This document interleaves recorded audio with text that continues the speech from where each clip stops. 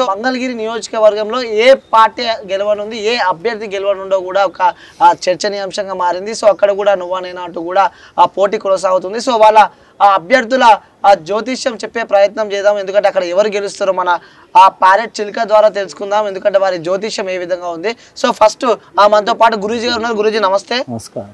So Mangalagiri నియోజకవర్గం సంబంధించి కూడా అక్కడ ఆ కూటమి నుంచి ఆ టీడీపీ పార్టీ నుంచి కూడా నారా లోకేష్ అక్కడ అభ్యర్థిగా ఉన్నారు. అలాగే ఇటు ఆ వైసీపీ నుంచి చూసుకుంటే కూడా లావణ్య గారు అక్కడ అభ్యర్థిగా ఉన్నారు. సో ఇద్దరి జ్యోతిష్యం ఏ విధంగా ఉంది, సో అక్కడ ఆ మంగళగిరిలో ఎవరు గెలవబోతున్నారో ఒకసారి మన జానకిరామ్ అడిగి తెలుసుకునే ప్రయత్నం అయితే చేద్దామా. ముందుగా ఎవరి పేరు మీద చూద్దాం.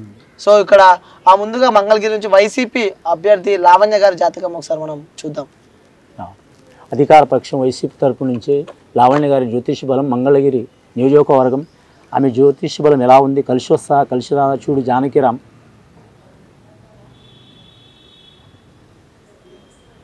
ముఖ్యంగా వారి జాతకంలో చెప్పాలంటే శ్రీకృష్ణుడు వచ్చిండండి వారి పేరు మీద.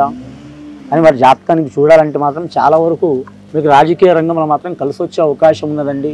కానీ మంగళగిరి ప్రాంతంలో మాత్రం ఆమె జాతకంలో మాత్రం దృష్ట యోగ బలం కలిసి వస్తుంది. కానీ చివరి టైంలో మాత్రం కొన్ని ఇబ్బందులు పాలయ్యే అవకాశం ఉందండి. అధికార పక్షం నుంచి వారి జాతకం రాజకీయ యోగంలో కలిసి వస్తుంది, కానీ విజయం సాధించే యోగం మాత్రం చాలా వరకు అనుకూలంగా లేదండి వారికి. ఓకే, సో విజయం సాధించే యోగం అనుకూలంగా లేదండి. సో ఇప్పుడు కూటమి నుంచి అభ్యర్థి నారా లోకేష్ గారిది ఒకసారి చూద్దాం. సో జానకిరామ్ని అడిగి సో అక్కడ ఏ విధంగా ఉంది నారా లోకేష్కి తెలుసుకునే ప్రయత్నం చేద్దాం. ఒకసారి జానకిరామ్ని అడిగారు ఒకసారి.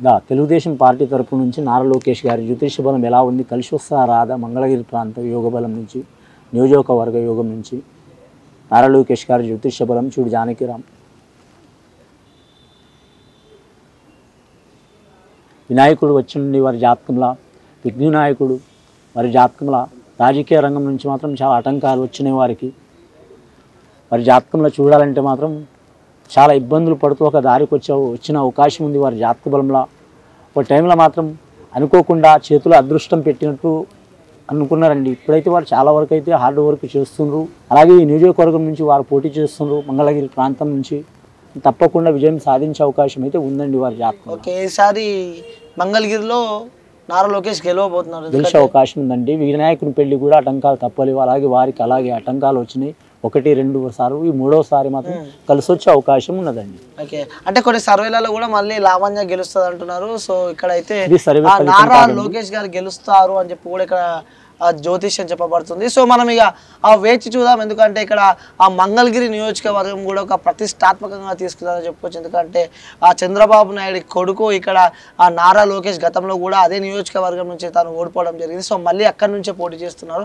సో అక్కడ ఆ వైసీపీ నుంచి కూడా లావణ్య గారు బదిలో ఉన్నారు. సో ఇక్కడ ఆ జ్యోతిష్యం పరంగా చూస్తే మాత్రం ఈసారి ఆ పక్క నారా లోకేష్ గెలుస్తున్నారు అంటూ కూడా ఇక్కడ వారి జాతకంలో ఉన్నట్టు మనకు తెలుస్తుంది. గుడివాడ నియోజకవర్గం గురించి మనం అక్కడ ఎవరు గెలుస్తారు కూడా తెలుసుకునే ప్రయత్నం అయితే చేద్దాం. ఇక్కడ ఆ కూటమి నుంచి కూడా ఆ రాము గారు అక్కడ టీడీపీ పార్టీ నుంచి కూడా పోటీలో ఉన్నారు. అలాగే వైసీపీ నుంచి ఆ కొడాలి నాని కూడా అక్కడ ఆ పోటీలో ఉన్నారు. వాళ్ళ ఇద్దరు రాజకీయ జీవితం ఏ విధంగా ఉంది కూడా తెలుసుకునే ప్రయత్నం అయితే చేస్తా. సో ముందుగా మనం ఆ టీడీపీ అంటే కూటమి నుంచి అభ్యర్థిగా ఉన్న ఆ రాము గారి రాజకీయ జీవితం ఏ విధంగా ఉంది, సో ఈసారి గెలవబోతున్నారా లేదా గుడివాడలో తెలుసుకునే ప్రయత్నం అయితే ఒకసారి చేద్దాం. ఒకసారి ఆ రాము గారి జాతకం చూడారు ఒకసారి.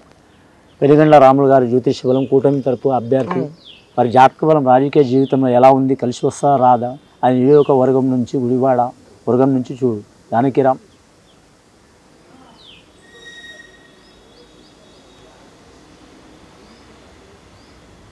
రాజకీయ యోగ బలం చాలా వరకు అందరికీ మాత్రం ఇట్లా తిరిగే అవకాశం చాలా వరకు ఉన్నదండి వారి పేరు మీద.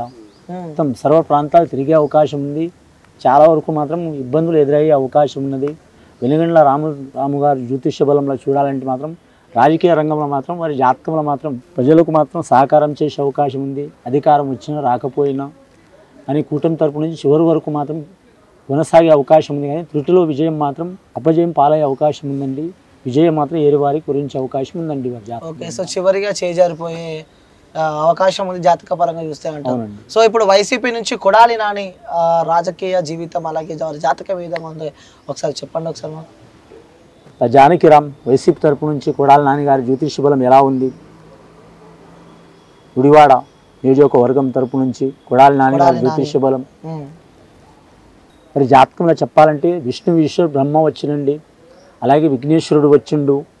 కానీ మాత్రం కొడాలి నాని గారి జ్యోతిష్య బలంలో చూడాలంటే మాత్రం వారి జాతకంలో అధికార పక్షం నుంచి పోటీ చేస్తున్న వారి జ్యోతిష్యంలో మాత్రం ఒకసారి కలిసి వచ్చింది, రెండోసారి కలిసి వచ్చింది, మూడోసారి కూడా కలిసి వచ్చే అవకాశం ఉంది.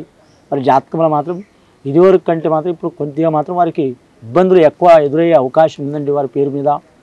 అని వారి జాతకంలో మాత్రం వారి పార్టీ తరపు నుంచి కూడా అలాగే ప్రతిపక్షం వారి నుంచి కూడా వారికి ఇబ్బందులు ఎదురయ్యే అవకాశం ఉందండి.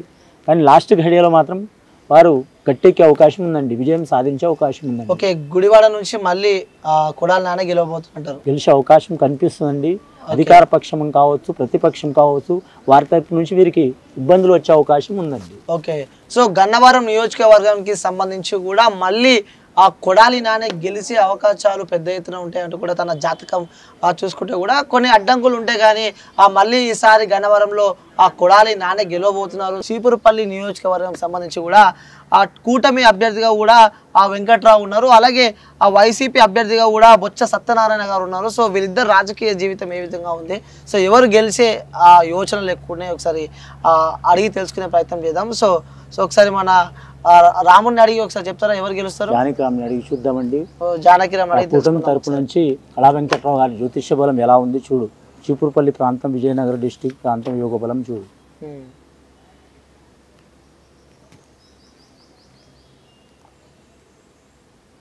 వారి జాతకంలో కళా వెంకట్రావు గారి జ్యోతిష్య బలంలో చూడాలంటే మాత్రం కూటమి తరపు నుంచి పోటీ చేసే కళా వెంకట్రావు గారి జ్యోతిష్య బలం మాత్రం అదృష్ట యోగం ఉందండి. అలాగే వారికి ఆటంకాలు కూడా అంతే ఉన్నాయండి వారి జాతక బలంలో. కానీ మాత్రం సీనియర్ మోస్ట్ నాయకులు బొత్స సత్యనారాయణతో మాత్రం సరి సమానం ధీటు ఎదుర్కొనే అవకాశం ఉందండి.